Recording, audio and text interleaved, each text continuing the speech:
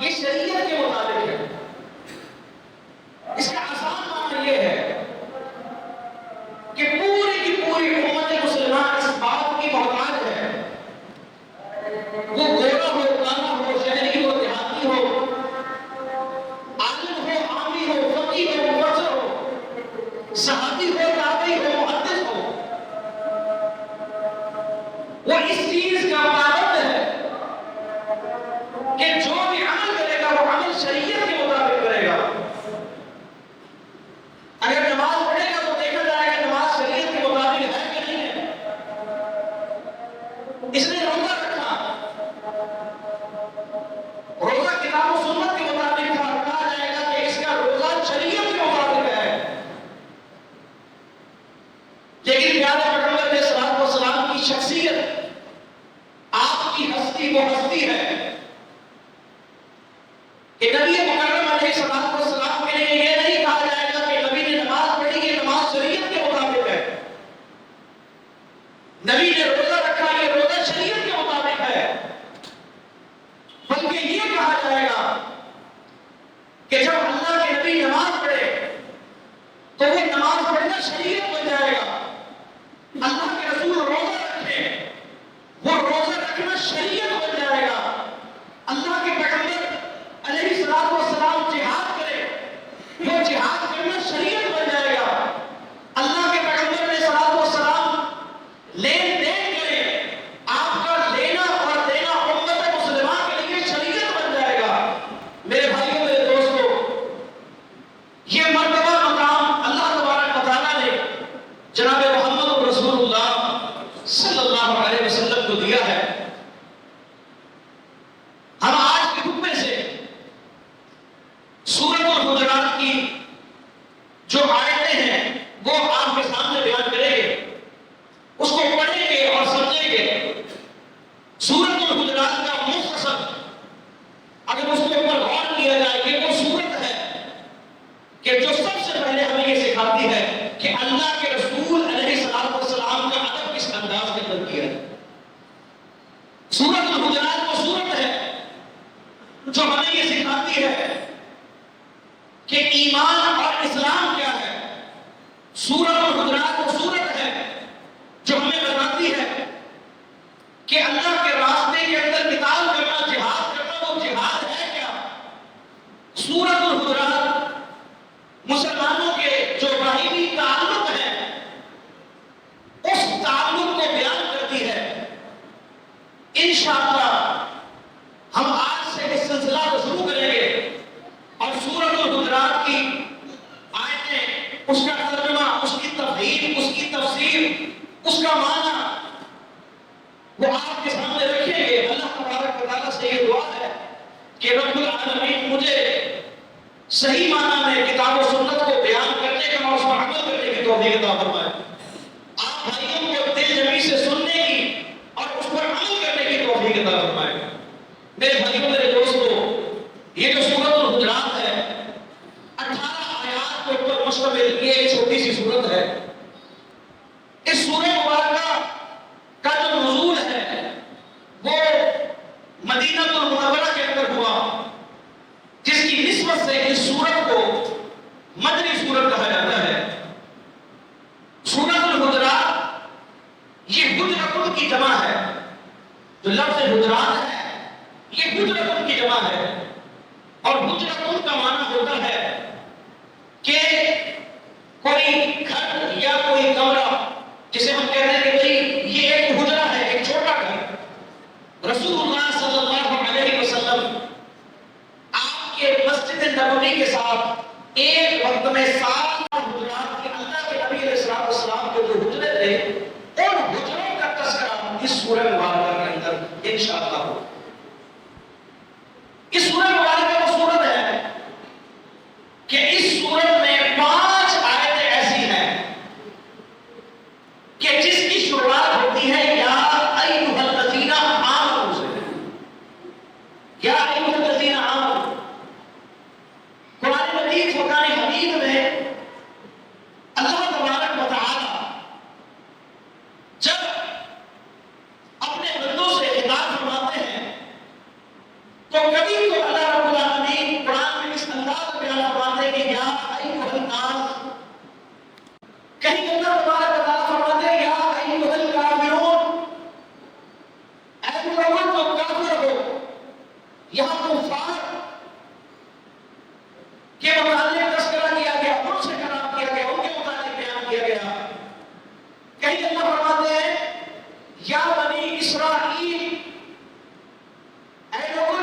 اسرائیل سے ہو، یعنی یہود سے اللہ تبارک و تعالیٰ یہاں یہودیوں کا تذکرہ فرما رہے ہیں، لیکن قرآن مجید فرقان حمید میں جہاں کہیں بھی اللہ رب العالمین بیان فرمائے یا ایھا الذین آمنوا، میرے بھائیوں میرے دوستوں، پھر اس کا معنی یہ ہے کہ یہ کلام ایمان والوں سے ہے، یہ عام لوگوں سے کلام نہیں، یہ بنی اسرائیل سے کلام نہیں، یہ کفار مشرکین سے کلام نہیں، بلکہ یہ کس سے کلام ہے؟ یہ اس سے کلام ہے جس نے کلمہ نبی کا پڑھا ہے، جو اس بات کا دعوے دار ہے کہ میں اللہ اور اس کے رسول پر ایمان لے کر آیا ہوں، میں یوم آخرت کے اوپر ایمان رکھتا ہوں، میں اچھی بری تقدیر کے اوپر ایمان رکھتا ہوں۔ میرے بھائیوں میرے دوستوں، جس کا دعویٰ یہ ہو کہ اللہ نے جتنی کتابیں اتاری ہیں میں قرآن کو بھی مانتا ہوں، اور اس سے پہلے جتنے بھی اللہ نے کلام اتارے ان پر بھی ایمان رکھتا ہوں، جس بندے کا دعویٰ یہ ہو تو اس کو سمجھنا بھی چاہیے کہ جہاں قرآن کے اندر یہ آئے یا ایھا الذین آمنوا، یہ خطاب اس سے ہوگا۔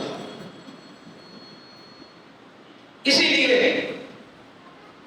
حضرت عبداللہ ابن مسعود رضی اللہ تعالیٰ عنہ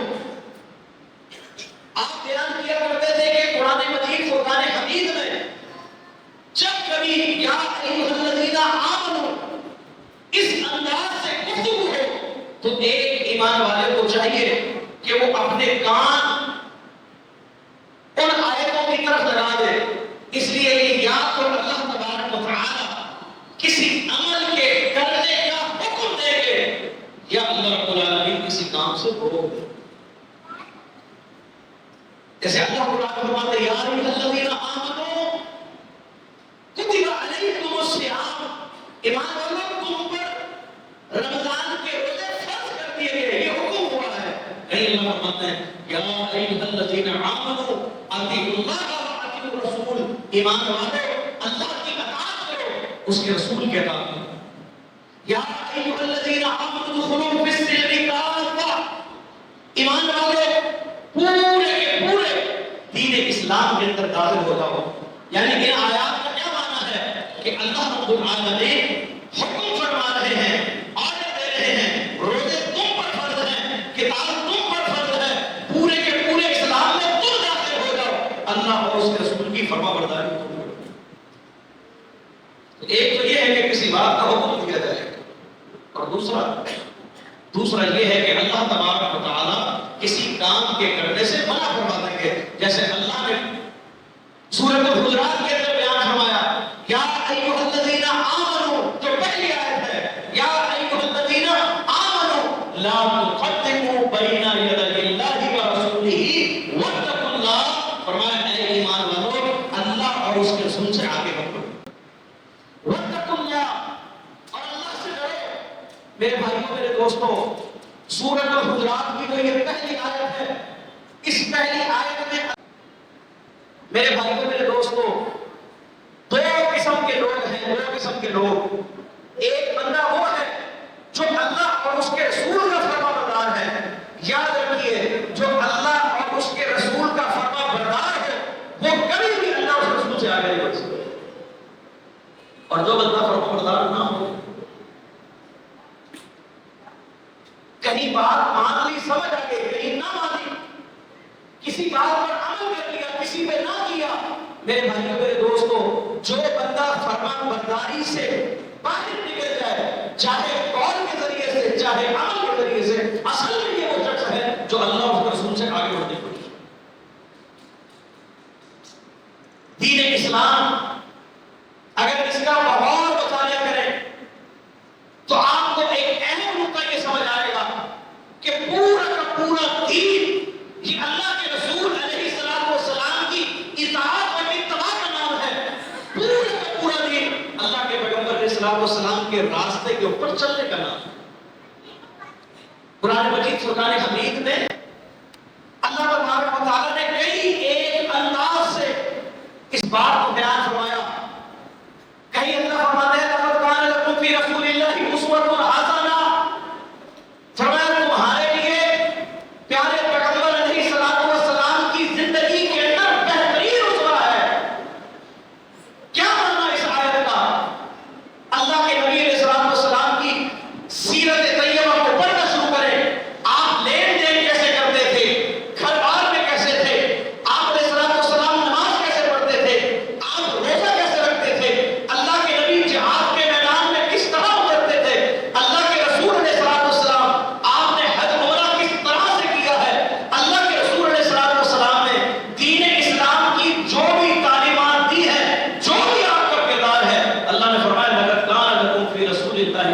حسنہ، تم اپنے شعبے کو سامنے رکھو، پھر نبی کے کردار کو سامنے رکھو، اللہ کے نبی علیہ السلام کے طریقے کے مطابق۔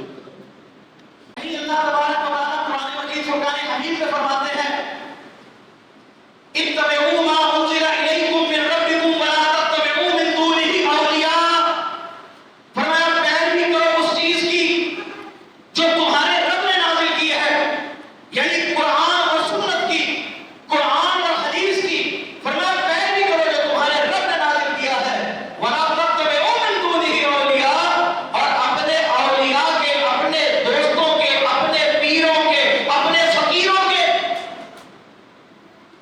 اپنے بنائے ہوئے آقاؤں کے، فرمایا ولا تتبعوا من دونہ اولیاء، ان کی پیروی نہ کرو۔ اور صاحب کیا فرمایا قلیلا ما تذکرون، تھوڑے ہی لوگ ہیں، تھوڑے لوگ ہیں جو اس بات کو سمجھتے ہیں۔ میرے بھائیوں، میرے دوستوں، اللہ کے پیغمبر علیہ السلام نے جہاں توحید کی دعوت دی ہے، وہیں اللہ کے نبی علیہ السلام نے اپنی اطاعت کرنا، اس کو بھی اللہ کے رسول نے بیان کیا۔ اصل نقطہ تو یہ ہے، جیسے ایک حدیث میں اللہ کے نبی نے آپ نے فرمایا کل امتی یدخلون الجنہ الا من ابا، فرمایا کہ میری پوری کی پوری امت جنت کے اندر جائے گی سوائے اس شخص کے جس نے جنت میں جانے سے انکار کیا۔ پوری امت جنت میں جائے گی سوائے اس شخص کے جس نے جنت میں جانے سے انکار کر دیا۔ صحابہ کرام رضوان اللہ علیہم اجمعین، انہوں نے اللہ کے رسول سے سوال پوچھا، یا رسول اللہ صلی اللہ علیہ وسلم، بھلا جنت میں جانے سے کون انکار کر سکتا ہے؟ کون ہے جو جنت میں جانے سے انکار کرے؟ اللہ کے نبی نے کیا فرمایا؟ فرمایا ہاں، من عصانی دخل الجنہ ومن عصانی فقد ابا، فرمایا جس نے میری فرما برداری کی جنت کے اندر داخل ہوا، جس نے میری نافرمانی کی اس نے جنت میں جانے سے انکار۔ کبھی اللہ کے نبی فرمایا من عمل عملا لیس علیہ امرنا فہو رد، فرمایا جس عمل کا میں نے حکم نہیں دیا پھر وہ عمل کیا جائے فہو رد، وہ عمل قابل قبول نہیں، وہ عمل مردود۔ میرے بھائیوں، میرے دوستوں، آج ہم دیکھیں کہ ہم کس طرح سے اللہ کے رسول علیہ السلام کی فرمانبرداری کرتے ہیں۔ شیطان کے بڑے دھوکے ہیں۔ اگر کوئی بندہ اللہ کے نبی علیہ السلام کے عمل سے آگے بڑھنے کی کوشش کرے، اللہ کے پیغمبر علیہ السلام کی فرمانبرداری کے اندر اگر کوئی بندہ کسی بھی عمل کے معاملے میں اللہ کے نبی علیہ السلام کے طریقے کو چھوڑ دے، اس کا عمل کر شیطان کا دھوکہ ہے۔ بعضوں کا شیطان کا دھوکہ کیا لگتا ہے؟ انسان سمجھتا ہے کہ میں اگر مشقت اٹھاؤں گا عبادت کے معاملے میں تو مجھے اجر زیادہ ملے گا۔ ایسا نہیں، ضروری نہیں۔ اصل میں اگر اللہ کے رسول علیہ السلام کے طریقے کا نام ہے، جس نے اپنے اوپر مشقت ڈالی، وہ تو آگے بڑھ گئے، اور آگے بڑھنے سے اللہ تعالیٰ نے تو منع فرمایا۔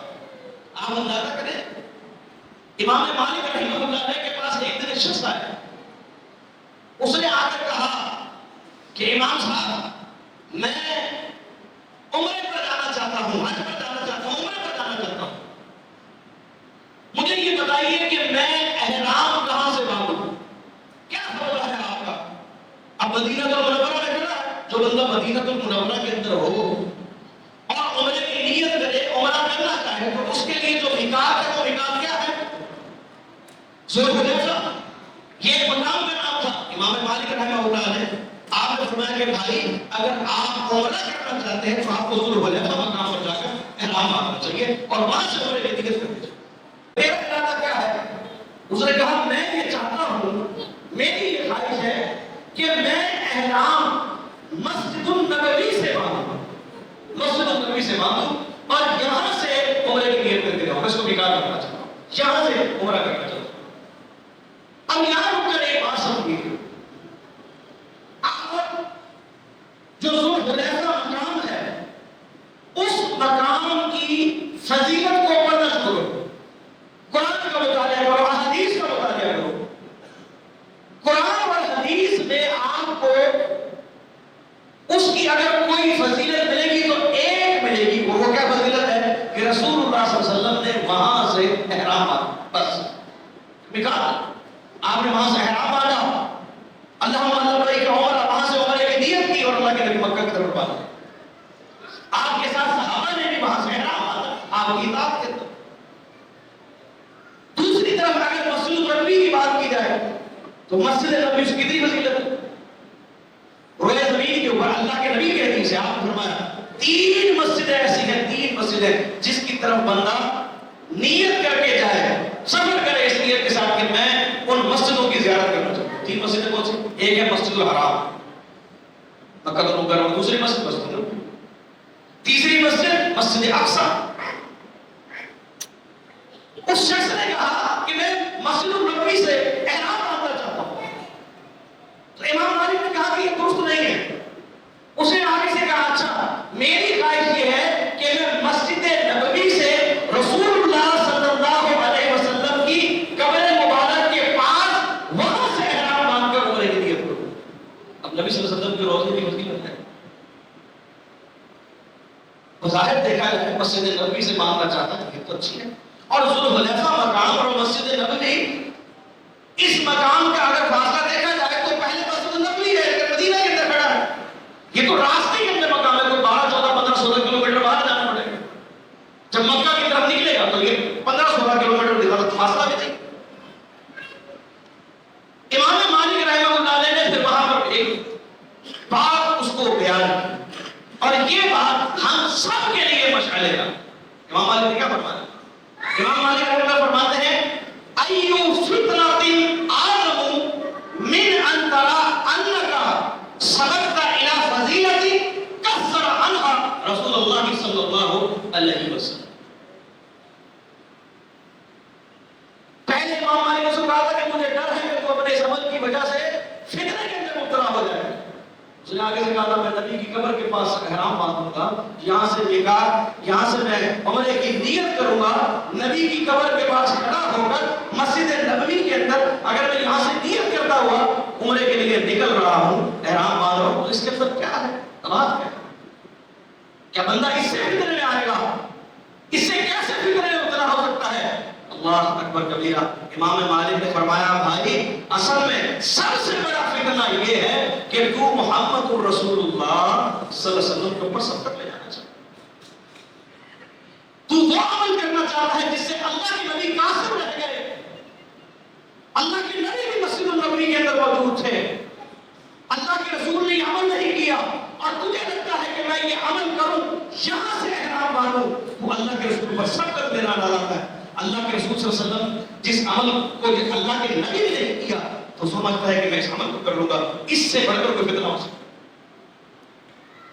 میرے بھائیوں میرے دوستو، اللہ کے رسول علیہ السلام کے طریقے کے اوپر چلنا،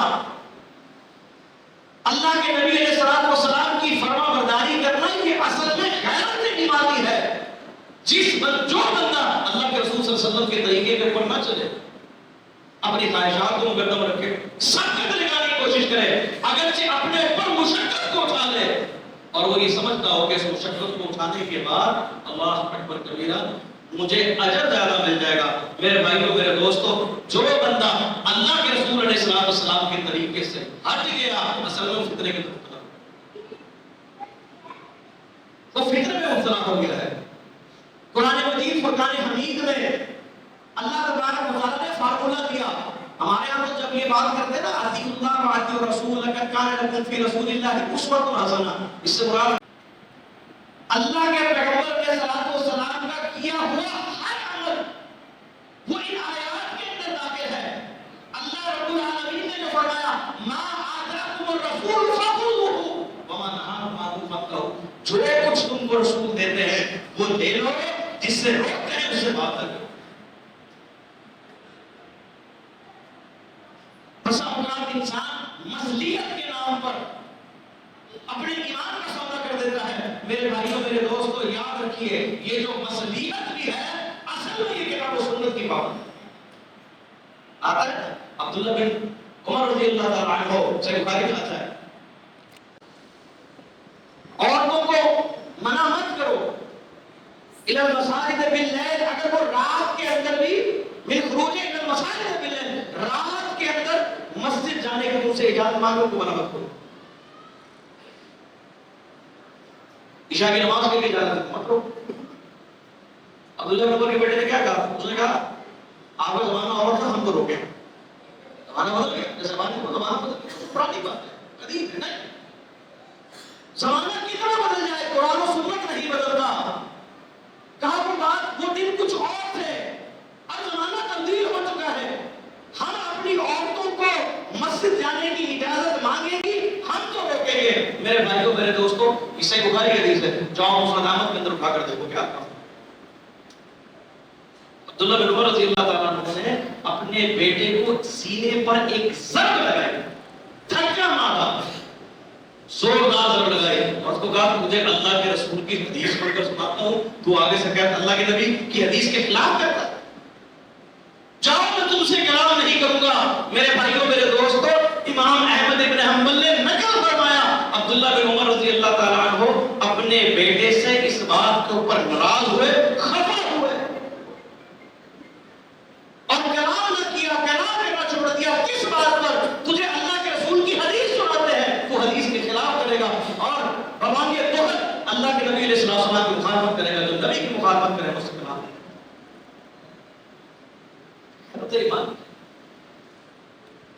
میرے بھائیوں میرے دوستوں، یہی عبداللہ بن عمر ہے۔ میں نے عرض کیا لقد کان لکم فی رسول اللہ اسوۃ حسنہ کے اندر اللہ کے نبی کی پوری زندگی شامل ہے۔ جائیے سے عبداللہ بن عمر رضی اللہ تعالیٰ عنہ ان کی اطاعت کرنے کے جذبے کو اٹھا کر دیکھو تو صحیح۔ اللہ کے نبی کے ساتھ حج کیا تھا، ایک ایک رکن کو دیکھا بھی تھا، ایک ایک رکن کو سمجھا بھی تھا۔ عبداللہ بن عمر رضی اللہ تعالیٰ عنہ اس انداز سے اللہ کے نبی علیہ السلام کی اطاعت کرنے والے سفر کرتے، سفر جاری ہے، ایک جگہ کے اوپر اونٹنی کو بٹھایا، بٹھا کر اس کے پیچھے جا کر لگے۔ عبداللہ بن عمر رضی اللہ تعالیٰ عنہ آپ کی کیفیت یہ تھی کہ لمحہ بلمحہ اللہ کے پیغمبر علیہ السلام کی فرما برداری کرتے اطاعت کرتے۔ باہر کیا ہے؟ بات کہاں سے کہاں نکل گئی؟ میں یہ عرض کر رہا تھا، اللہ رب العالمین نے سورۃ الحجرات کے اندر بیان فرمایا یا ایھا الذین آمنوا لا تقدموا بین یدی اللہ ورسولہ واتقوا اللہ۔ ایمان والو اللہ اور اس کے رسول سے آگے واتقوا اللہ، اور اللہ سے ان اللہ سمیع علیم، بے شک کہ اللہ تعالیٰ خوب سننے والا ہے، خوب جاننے والا ہے۔ اس کا کیا معنی ہے؟ جو بندہ اللہ اور اس کے رسول کی فرما برداری کرنے والا ہے وہ کبھی آگے نہیں بڑھ سکتا، جس نے فرما برداری کو چھوڑ دیا اصل کے اندر آگے بڑھ سکتا۔ کس کا ادب؟ جناب محمد رسول اللہ صلی اللہ علیہ وسلم۔ آپ کا پہلا ادب یہ ہے آپ کی ہمیشہ فرما برداری کریں۔ تو بندہ کہہ رہا ہے کہ میں نبی سے محبت کرتا ہوں، نبی کی باتیں سنتا ہوں، اس پر عمل کرنے کی کوشش کرتا ہوں، اور جب اس پر عمل دیکھا جائے وہ اللہ کے نبی علیہ السلام کے خلاف ہو، میرے بھائیوں میرے دوستوں پھر سمجھ لیجیے کہ یہ بندہ اللہ اور رسول کی اطاعت کرنے والا نہیں، تو آگے بڑھتا ہے۔ تو پہلا ادب یہ ہے اللہ کے پیغمبر علیہ السلام سے کبھی آگے نہیں بڑھیں گے، ہمیشہ اطاعت کریں گے، فرما برداری کریں گے ہر معاملے میں۔ اور دوسرا اگلے آیت میں کیا فرمایا؟ یا ایھا الذین آمنوا لا ترفعوا اصواتکم فوق صوت النبی۔ فرمایا ایمان والو نبی کی آواز کے اوپر اپنی آواز کو بلند کرو، نبی کی آواز پر اپنی آواز کو بلند مت کرو۔ میرے بھائیوں میرے دوستوں، اگر کوئی یہ سمجھتا ہے کہ بھئی اس آیت کا تعلق اگرچہ جو آیات کا سیاق و سباق ہے اس کا ڈائریکٹ تعلق کس سے ہے؟ اللہ کے نبی صلی اللہ علیہ وسلم کے آیات سے۔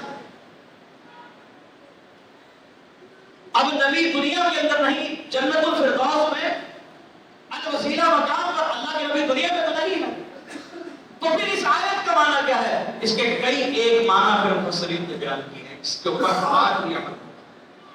اس کا پہلا معنی کیا ہے؟ اس کا پہلا معنی یہ ہے کہ جب نبی صلی اللہ علیہ وسلم کی حدیث پڑھی جائے، اللہ کے رسول کی بات ہے، حدیث کیا ہے؟ اللہ کے نبی کی بات ہے۔ جب اللہ کے نبی کی حدیث پڑھی جائے تو حدیث ادب کے ساتھ سنیں، نہ کہ سامنے والا بندہ حدیث پڑھ رہا ہو اور میں اس حدیث کے اوپر اپنی بات کو بلند کر دوں۔ ایک معنی بس۔ دوسرا معنی اس کا کیا ہے؟ جس طرح سے اللہ کے رسول علیہ السلام کی حیات کے اندر آپ کا ادب تھا، ویسے ہی آپ کی وفات کے بعد کا آپ دیکھو انٹرنیٹ کے اوپر آپ کو ایسی بہت ساری سوشل میڈیا کے اوپر آپ کو ویڈیو ملے گی، بندہ گیا ہے مسجد نبوی نماز پڑھی ہے، اللہ کے رسول کے روضے میں چلا گیا، اور وہاں جا کر اب ویڈیو بنا رہا ہے، باتیں کر رہا ہے، لوگوں کے سلام پہنچا رہا ہے، ہنس رہا ہے، ڈرامے کر رہا ہے، جھوٹی دعاؤں کے بہانے کر رہا ہے، جھوٹے سلام کر رہا ہے، وہ یہ سارے عمل کر رہا ہوتا ہے۔ اور بس اوقات یہ بھی ہوتا ہے کہ دو دوست ہوتے ہیں، آپس کے اندر گفتگو کر رہے ہوتے ہیں، اور اس گفتگو کے اندر جھاڑ بھی کرتے ہیں۔ حافظ ابن کثیر نے نقل فرمایا جیسے اللہ کے رسول کی حیات میں آپ کا عادت تھا، ویسے آپ کی وفات کے بعد آپ کی قبر کریں گے۔ اس لیے جب وہاں سے گزرے تو پھر وہی انداز ہو، آواز دھیمی ہو، بلکہ اس قرآن کی آیت کے اندر اللہ تعالیٰ نے دو باتوں سے منع فرمایا۔ پہلی چیز کیا فرمائی؟ لا ترفعوا اصواتکم فوق صوت النبی، اور دوسری بات کیا فرمائی؟ ولا تجهروا۔ ایک فرمایا نبی کی آواز پر آواز کو بلند مت کرو، اور دوسرا فرمایا نبی کے سامنے شور بھی مت کرو۔ میرے بھائیوں، میرے دوستوں، اللہ تعالیٰ ہم کو بار بار مدینہ المنورہ کے اندر مسجد نبی کی زیارت کرنا نصیب فرمایا۔ آج جب اللہ کے نبی صلی اللہ علیہ وسلم کی مسجد نبوی میں جائیں، اللہ کے رسول علیہ السلام کے روضے پر جائیں، آپ وہاں دیکھیں کہ اس روضہ رسول کے اوپر یہ آیت لکھی ہوئی ہے، یہ سورۃ الحجرات، یا ایھا الذین آمنوا لا تقدموا بین یدی اللہ ورسولہ واتقوا اللہ ان اللہ سمیع علیم۔ یا ایھا الذین آمنوا لا ترفعوا اصواتکم فوق صوت النبی۔ یہ آیات وہاں لکھی ہوئی ہے، یہ اس بات کی دلیل ہے کہ ایمان والوں اللہ اور اس کے رسول سے آگے نہ بڑھنا، اللہ سے ڈرنا، کہیں ایسا نہ ہو اللہ اکبر کبیرہ تمہارے اعمال میں دخل۔ ایمان والوں نبی کی آواز